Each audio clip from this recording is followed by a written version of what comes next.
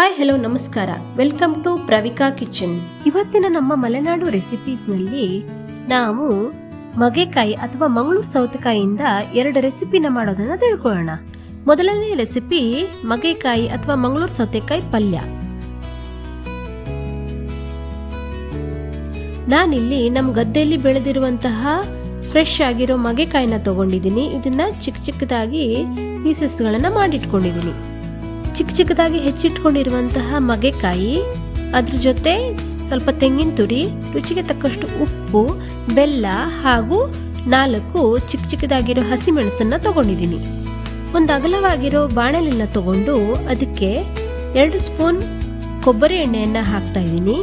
ನಂತರ ಉದ್ದಿನಬೇಳೆ, ಸಾಸಿವೆ, ಹೆಚ್ಚಿಟ್ಕೊಂಡಿರುವಂತಹ ಹಸಿಮೆಣಸು, ಕರಿಬೇವು, ಅರಿಶಿಣ ಹಾಗೆ ಹಿಂಗನ್ನ ಹಾಕ್ಬಿಟ್ಟು ಚೆನ್ನಾಗಿ ಒಂದು ಒಗ್ಗರಣೆನ ರೆಡಿ ಮಾಡ್ಕೊಳ್ಳಿ.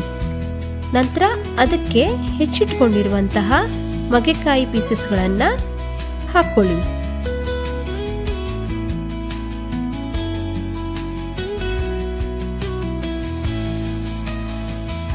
ಆಲ್ರೆಡಿ ಪೀಸಸ್ಗಳಿಗೆನೆ ನಾನು ಉಪ್ಪು ಮತ್ತು ಬೆಲ್ಲವನ್ನ ಹಾಕಿಟ್ಕೊಂಡಿದ್ದೀನಿ. ಈಗ ಮತ್ತೆ ಹಾಕೋದು ಬೇಕಾಗಲ್ಲ. ಸೊ ಇದನ್ನೆಲ್ಲ ಹಾಕ್ಬಿಟ್ಟು ಸ್ವಲ್ಪ ನೀರನ್ನು ಹಾಕ್ಬಿಟ್ಟು ಚೆನ್ನಾಗಿ ಮಿಕ್ಸ್ ಮಾಡಿ ಮುಚ್ಚಿಟ್ಟು ಒಂದು 5 ರಿಂದ 6 ನಿಮಿಷ ಚೆನ್ನಾಗಿ ಬೇಯಿಸ್ಕೊತಾ ಇದ್ದೀನಿ.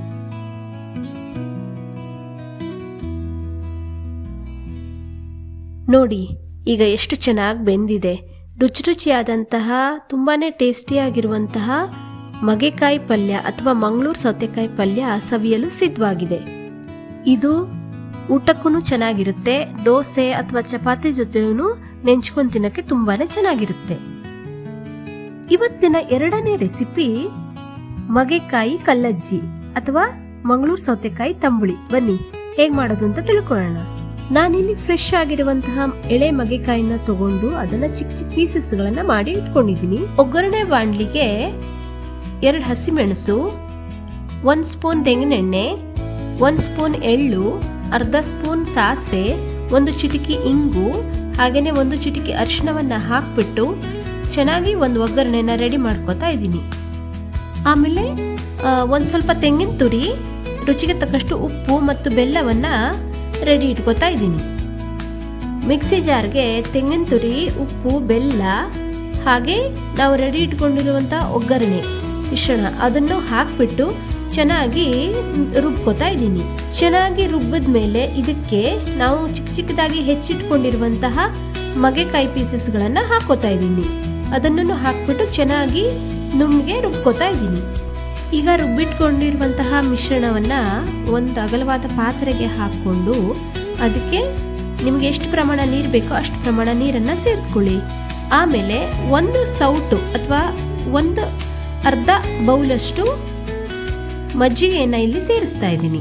ಈಗ ಈ ರೆಡಿಯಾಗಿರುವಂತಹ ತಂಬುಳಿಗೆ ಒಂದೊಳ್ಳೆ ಸ್ಟ್ರಾಂಗ್ ಆಗಿರೋ ಒಗ್ಗರಣೆಯನ್ನ ಕೊಡೋಣ. 1 ಸ್ಪೂನ್ ತೆಂಗಿನೆಣ್ಣೆ, 2 ಚೂರು ಕೆಂಪು ಮೆಣಸು, ಅರ್ಧ ಸ್ಪೂನು ಸಾಸಿವೆ, ಹಾಗೇನೆ 1 ಚಿಟಿಕೆ ಇಂಗನ್ನ ಹಾಕ್ಬಿಟ್ಟು ಚೆನ್ನಾಗಿ ಸ್ಟ್ರಾಂಗ್ ಆಗಿರೋ ಒಗ್ಗರಣೆಯನ್ನ ಕೊಡ್ತಾ ಇದ್ದೀನಿ.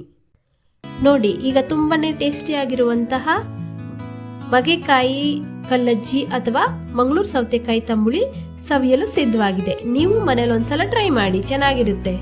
ಊಟಕ್ಕೂ ಚೆನ್ನಾಗಿರುತ್ತೆ, ಹಾಗೇನೆ ಕುಡಿಯೋದಕ್ಕೂ ಚೆನ್ನಾಗಿರುತ್ತೆ.